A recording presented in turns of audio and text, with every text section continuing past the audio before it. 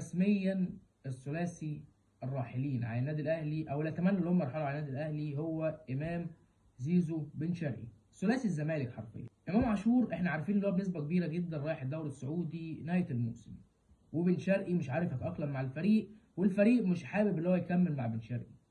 الوحيد اللي ممكن يكمل هو زيزو، لان زيزو يعني هو زي ما قلت لكم في اول الموسم او اول ما جه قلت لكم زيزو مش هيديك الاسلوب او مش هيديك الاداء الواو. هو على طول هيلعب في السبعه، عمره ما هيوصل للريت 10 وعمره ما هينزل للريت 5. هو على طول بيلعب في ريت 7، 7 ونص، ده بالكتير قوي. فانا ما كنتش شايف منه الافاده، ولغايه دلوقتي انا مش شايف من زيزو الافاده اللي تخليني اسيبه في الفريق.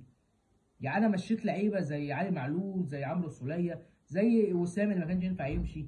فانا بالنسبه لي نفسي الثلاثه دول يمشوا من النادي الاهلي، لان الثلاثه دول لو مشوا هيرجع النادي الاهلي اللي احنا عارفينه. قولوا لي بقى انتوا رايكم في الرحيل الثلاثه دول، مثالكم في الكومنتات، وسلام.